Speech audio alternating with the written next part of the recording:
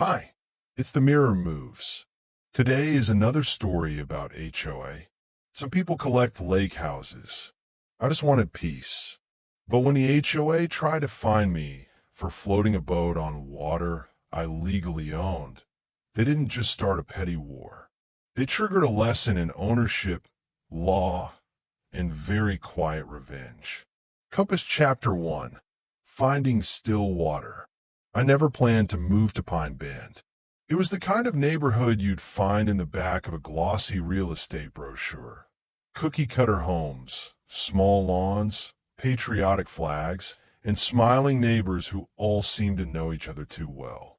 But I wasn't buying the house for the neighborhood. I bought it for the lake.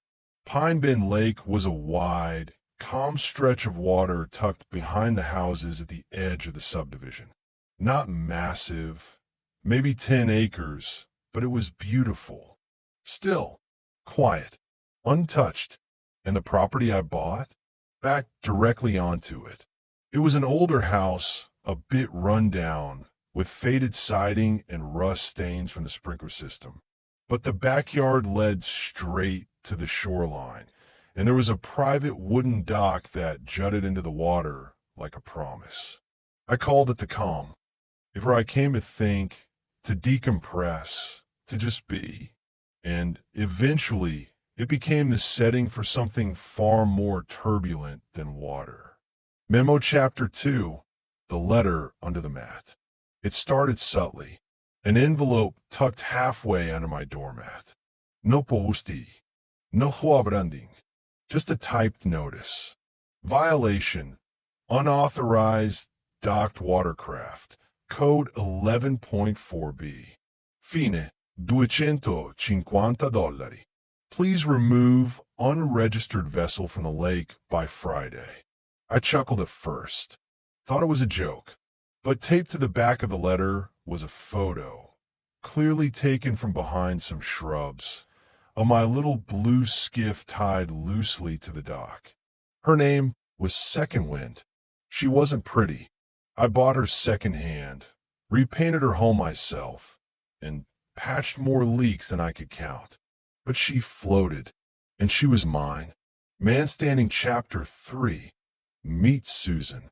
When I showed the letter to my neighbor Derek, one of the few cool guys on the block, he sighed.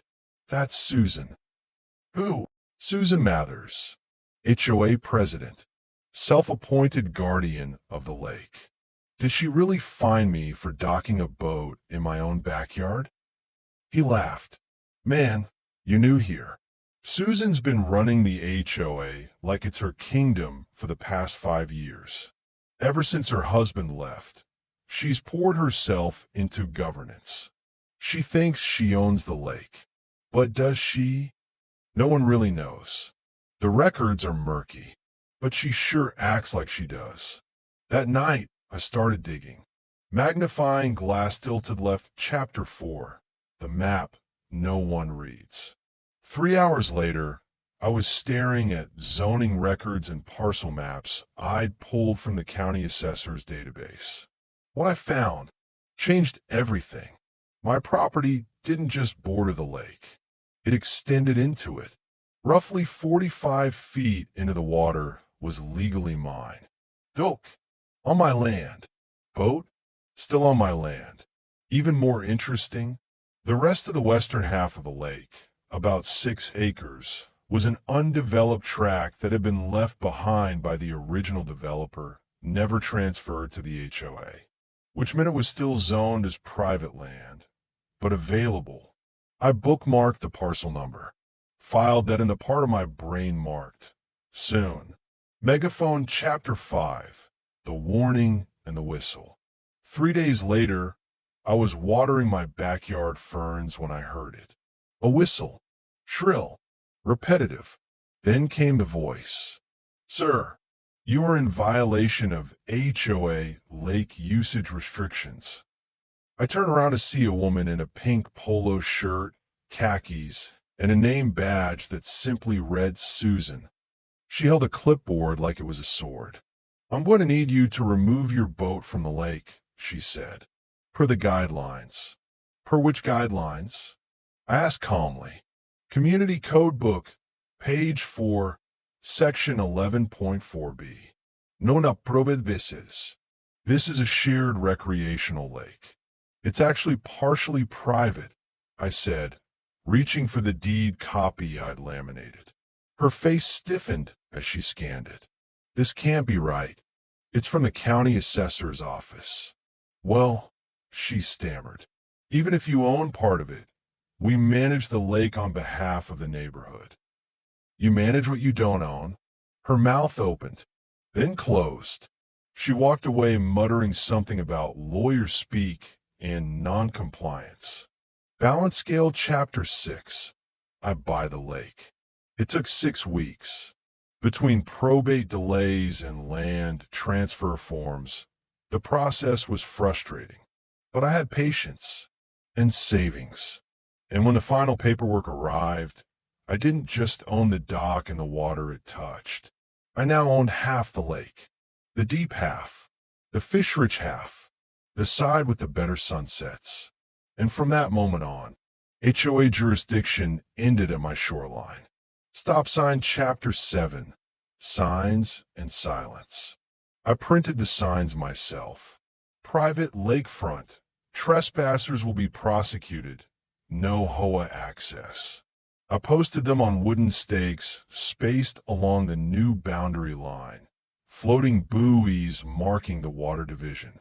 It didn't take long. By the weekend, HOA members started asking questions. Why can't we fish off the west dock? Why are there buoys in the middle of the lake? Susan sent out a neighborhood email titled, "Concerning boundary disputes, do not engage." But the curiosity didn't stop, and neither did I. Party Popper Chapter 8, The Lake Day Disaster. Pine Bend's biggest event of the year was Lake Day, a block party complete with paddleboards, music, and a fishing competition. They set up tents, loudspeakers, and coolers. But this time they forgot one thing. Half the lake was closed. Security personnel I hired stood near the new border, gently turning people away. Sorry, this half's private now. The confusion turned to frustration. The frustration turned to shouting. Susan showed up in a wide-brimmed sun hat and a megaphone. "This is a community event," she shrieked. "This lake belongs to everyone."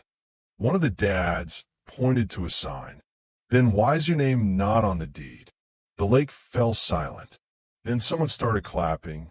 Warning Chapter 9, The Collapse.